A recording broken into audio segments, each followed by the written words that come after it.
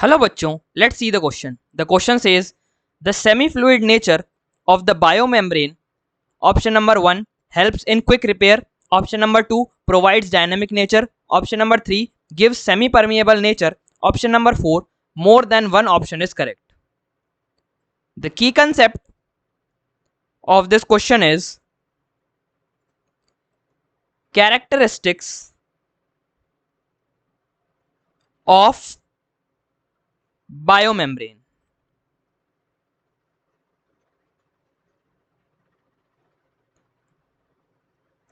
Biomembrane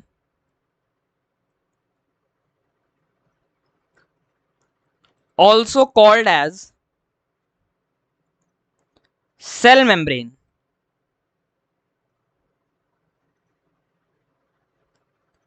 helps in quick repair. और एक quick repair का प्रोसेस कैसे होता है? Suppose this is a cell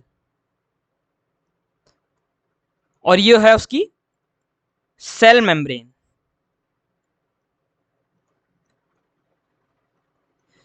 यहां पर बाहर में एक फॉरेन पार्टिकल है जिसे इस सेल मेम्ब्रेन से होते हुए इस सेल के अंदर आना है। So the mechanism that it will adopt to enter the cell through the cell membrane is called as endocytosis. इस एंडोसाइटोसिस की प्रोसेस में सेल मेम्ब्रेन थोड़ी सी डिफॉर्म होगी और धीरे धीरे ये जो फॉरेन पार्टिकल्स है ये सेल मेम्ब्रेन से के थ्रू अंदर एंटर कर जाएगा।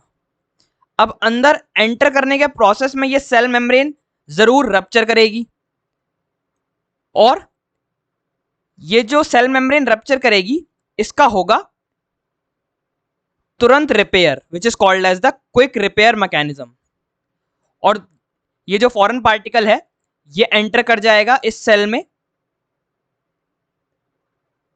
और सेल मेम्ब्रेन दोबारा से वही स्ट्रक्चर अटेन कर लेगी जो कि उसका पहले ओरिजिनल स्ट्रक्चर था।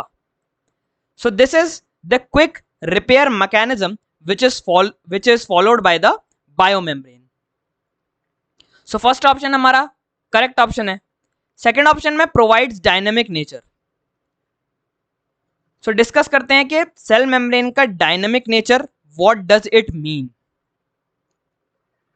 Dynamic nature means the cell membrane has lipids which show flip-flop movement। और इस फ्लिप फ्लॉप मूवमेंट की वजह से क्या होता है? Lateral movement of proteins in overall bilayer. यानी सेल की जो सेल मेम्ब्रेन है जो कि लिपिड बायलेयर है उस लिपिड बायलेयर में प्रोटीन की मूवमेंट जो है वो लिपिड्स के फ्लिप फ्लॉप मूवमेंट की वजह से होती है and that is called as the dynamic nature of the cell membrane या बायोमेम्ब्रेन। थर्ड ऑप्शन में है gives semi permeable nature. What does it mean to have semi permeable nature? Semi permeable nature का मतलब है कि जो cell membrane है उसके अंदर और बाहर जो है वो सेलेक्टिव मॉलिक्यूल्स जा सकते हैं। Selective molecules can go inside